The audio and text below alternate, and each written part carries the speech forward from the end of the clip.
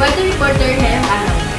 At ako naman si Christine at narito ang inyong weather update para sa araw na ito.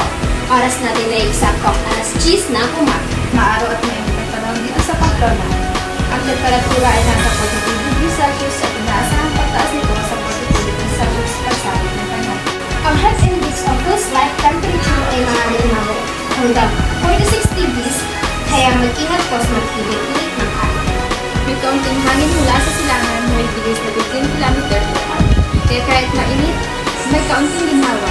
Ang humidity level ng halimig ay nasa 60% kaya mas ramdam natin ang Bagamat maaraw sa umaga, may 20% na posibilidad ng pag-ulan mamaya hapon. Partikular sa mga bandang bundok o mataas na lugar. Inaasahan ng may hiyang pag-ulan bandang alas 4 ng hapon, kaya maingat pa rin ang magdala ng payong kung lalakas. para sa ating mga kababayan. Iwasan ang labis na pagbilat sa araw mula 10 a.m. hanggang 3 p.m. Uminom ng maraming tubig at gumamit ng payong sombrero o sunscreen. Narito ang ulat sa labas mula kay Christine.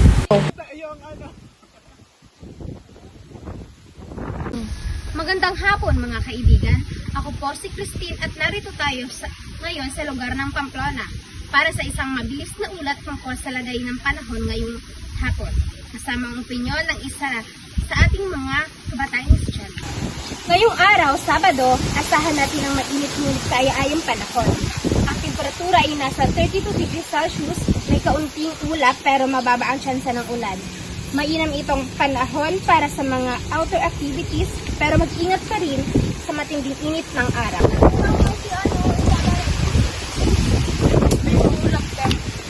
Magandang araw sa inyong dalawa.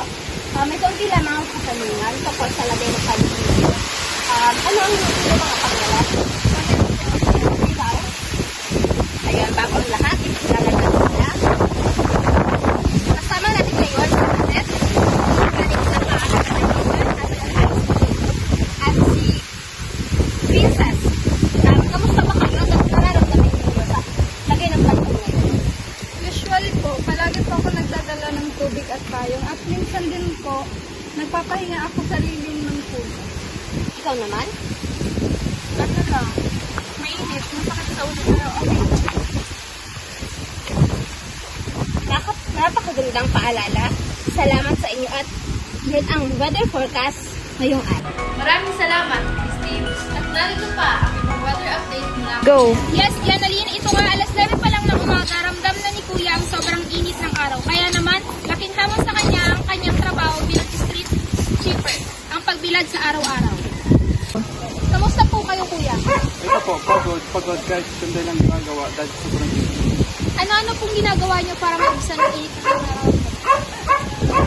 Po, naglalagay ng biko sa hot of tapos uminom ng maraming tubig para hindi ma-dehydrate.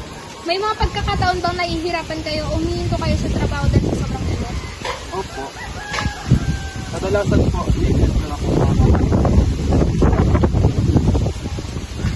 Salamat po. At iyan ang ulat mula dito sa highway ng Pamplona. Balik sa iyo, Jen. Salamat sa inyong dalawa. At yan ang weather update ngayong araw. Stay hydrated at mag-ingat kayo.